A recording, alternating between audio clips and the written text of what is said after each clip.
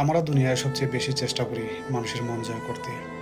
কথা বলার আগে ভাবি মানুষ কী বলবে, কোনো একটা পোস্ট দেওয়ার আগে ভাবি মানুষ কী ভাববে। অনেক সময় অনেক অন্যায় কাজ করে ফেলি স্রেফ শুধু মানুষ খুশি থাকবে বলে। কিন্তু কোরআন আমাদের একদম উল্টো কথা শেখায়। কোরআন বলে যারা আল্লাহর সন্তুষ্টি যায় আল্লাহ তাদের জন্য যথেষ্ট। আপনি যদি আল্লাহকে সন্তুষ্ট করতে পারেন, মানুষ খুশি হলো কি হলো না তার মুখ্য নয়। কিন্তু বাস্তবতা কি? আমরা মানুষকে খুশি করতে করতে ক্লান্ত, তবুও মানুষের মন পাওয়া যায় না। আর রাসূল সাল্লাল্লাহু আলাইহি সাল্লাম এই সত্যটাই আরো স্পষ্ট করে দিয়েছেন।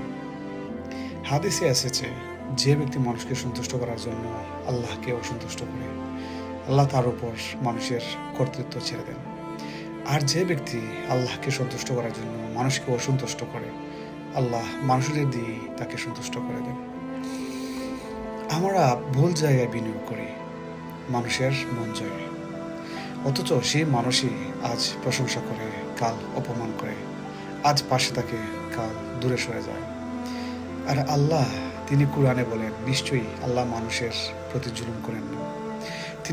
তিনি কখনো অকৃতজ্ঞ নন, কখনো অন্যায় বিচার করেন না, কখনো নিঃশব্দ কান্না উপেক্ষা করেন না।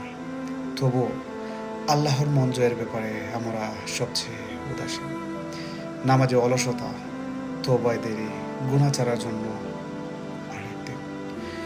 মানুষ রাগ করলে আমরা অস্থির হয়ে যাই, আর আল্লাহ অসন্তুষ্ট হলেও আমরা নিশ্চিন্তে নির্বিকার থাকি।